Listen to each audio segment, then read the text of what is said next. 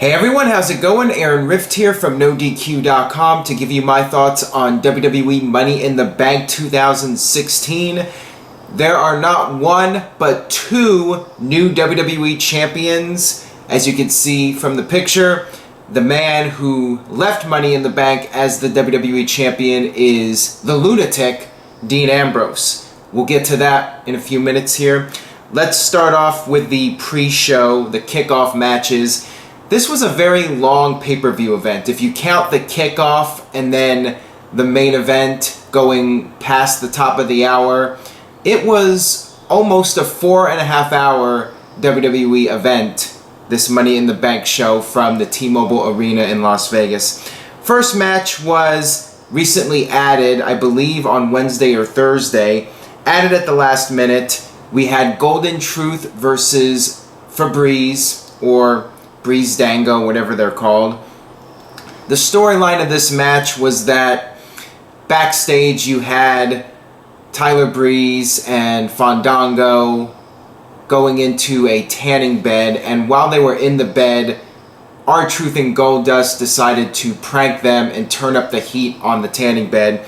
So, long story short, Febreze was badly sunburned. They were badly sunburned.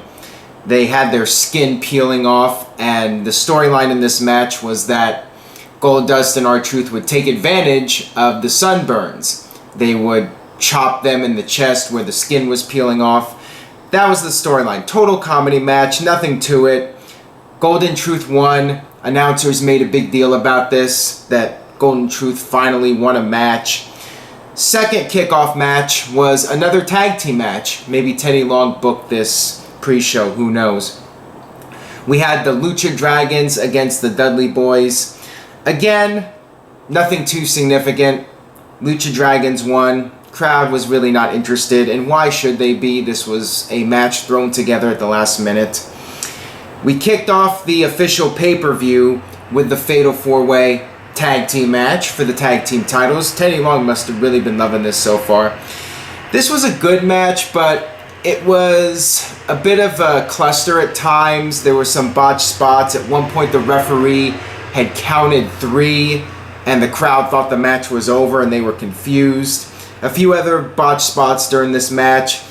At the end, you had New Day pinning Aiden English after the club hit their finisher on English. Now, people told me on Twitter that English was not even the legal guy in the match, so apparently this was yet another botch. I have to go back and watch it again, but apparently English was not the legal man.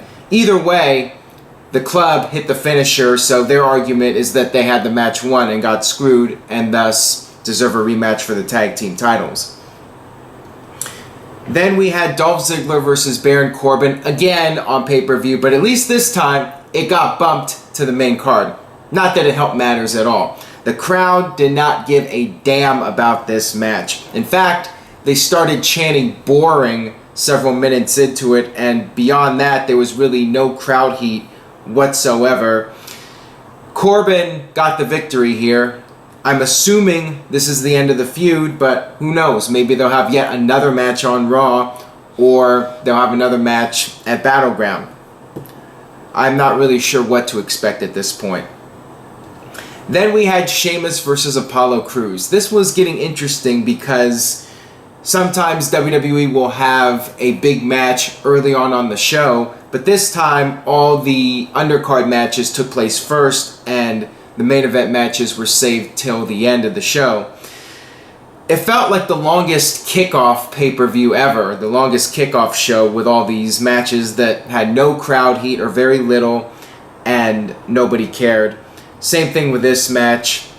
Apollo Crews did win. Sheamus had gone for the pin, and Apollo Crews kicked out. Sheamus argued with the referee, and while he was distracted, Apollo Crews did the roll-up and got the win. I also forgot to mention the Divas Tag Team match, but again, another forgettable match. Nothing much to it, although there was a big post-match angle with Natalya turning on Becky. What happened was Becky had gotten shoved into Natalya, and that caused Natalya to get pinned. and because she has been losing several matches, she got frustrated and snapped and took out Becky. So apparently Natalya is a heel now. The execution of this was fine, but I wasn't a big fan of the camera work with the zooming in and out really fast.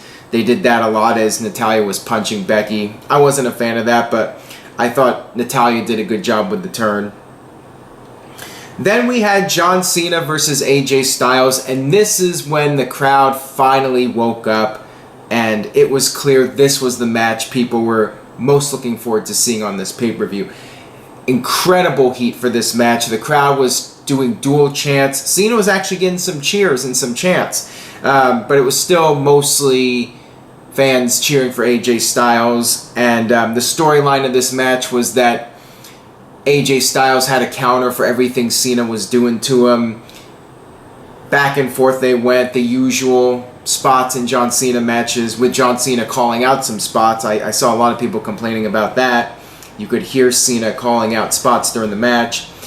And it went back and forth. John Cena kicked out of the Styles Clash. AJ Styles kicked out of the AA. Not that impressive since half a dozen guys kicked out of the AA in 2015. But it was still a very good match. It wasn't at the level of Cena versus CM Punk. And the finish was something I wasn't really surprised about. When I did the predictions with Jeff Meacham, I brought up the idea that heels lie. And it's quite possible that the club would just come out anyways and cost John Cena the match. And that's what happened. There was a ref bump. John Cena hit the AA, and he had the pin. He had the match won, but the referee was down. You had the club coming out. They attacked Cena, hit their finisher, put AJ on top, and AJ got the win. So AJ stole the victory. He had help from the club, although he was pretty much knocked silly, so he could argue that he did not authorize them to interfere in the match. We'll have to see how things follow up on Raw. Then we had the Money in the Bank ladder match, which was a really good match. I mean, not the best Money in the Bank match, a little bit safer than previous Money in the Bank matches, but still very entertaining stuff from these guys. Cesaro did his uppercut train, and Kevin Owens stopped it and threw Cesaro into the ladder.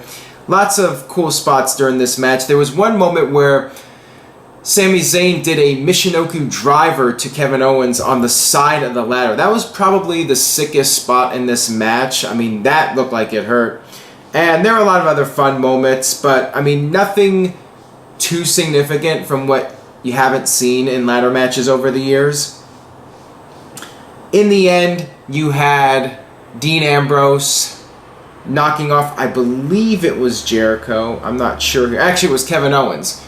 Owens had gotten knocked off by Dean Ambrose, and earlier before that, they had set up a couple of ladder bridges and an extra ladder, and all the guys were up on top of the ladder, but I believe they'd done that spot in the past. This was still cool, though. Really fun match.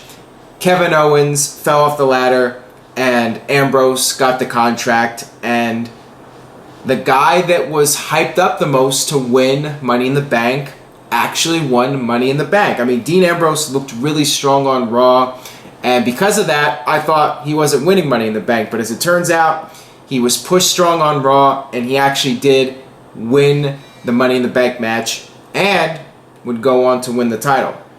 But before we get to the title match, let's talk about Rusev versus Titus O'Neil real quick. This was just a filler match, a buffer between the ladder match and the main event. Nothing to it. Basically just a showcase for Rusev to look strong as U.S. champion.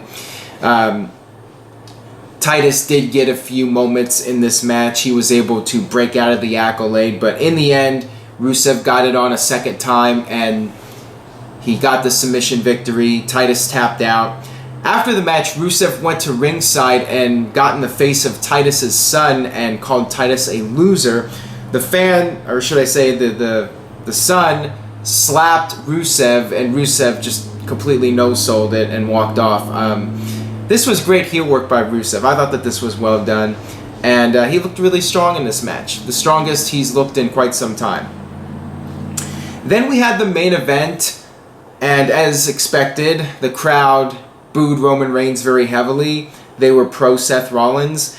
This was an interesting match because Reigns was acting very heelish. He was trash talking and he was just dominating during the early part of the match, and it seemed like he was losing his temper at times and getting angry. And Rollins was working like a babyface. He was like the babyface in peril. He eventually would make his comebacks, and he would do all the high-flying moves, all the flashy stuff. Reigns kept trying to put away Rollins, but Rollins kept coming back. And as the match went on, it started to reverse into the usual dynamic with Reigns acting like the babyface and making his comeback and hitting the Superman punch. Then Rollins would hit the pedigree and Reigns would kick out. Back and forth between these guys. And then Rollins acted like he was trying to leave with the title belt. Reigns went outside and tried to spear Rollins. Rollins moved out of the way and Reigns crashed into the barricade. And this was the downfall for Roman Reigns. Back in the ring, they continued, and Reigns hit a spear, or at least he tried to hit a spear, and Rollins countered it into a pedigree, which Reigns did kick out of. But then a second pedigree, and Seth Rollins got the victory and became the new WWE Champion. But wait! Dean Ambrose's music hit. Rollins was looking at the entrance ramp, waiting for Ambrose to come down, but he should have known better. He should have known that that lunatic would do something different. And that's what he did. Ambrose came from behind, hit Rollins in the back of the head with the briefcase, cashed in Money in the Bank, and went for the pin and won the match and became the new WWE Champion. Crowd went nuts for this. They were really happy to see Dean Ambrose win the title. So does this mean Shield triple threat? Dean Ambrose is the champ. Seth Rollins is entitled to a rematch, and so is Reigns. So there you have it. Battleground, Shield triple threat. We'll see where things go. If we finally get the Shield triple threat match that fans have been asking me for the longest time, will we finally see that at the next pay-per-view? Overall, I thought this was a very good show. I do not feel that it was perhaps as epic as I was hoping it would be. I felt that there was no match on that show that was really a match of the year contender. Despite the top 3 matches being really strong, I felt that all 3 of them could have been even better than they were. But I did like the storyline with Ambrose cashing in and setting up the Shield triple threat. That should be a hell of a match. So overall, solid pay-per-view, and I'm looking forward to what happens next. And at the end of the day, that is very important when the pay-per-view's over, that you care about what's going to happen in the future. So definitely a thumbs up show. That'll do it for my thoughts on Money in the Bank. Leave a comment on YouTube. Let me know what your favorite matches were, your favorite moments, your least favorite moments, and stay tuned to NoDQ.com. I am in the process of moving right now, so my setup is different from usual, but I should have a permanent setup soon. Stay tuned for that, and I will see you guys next time.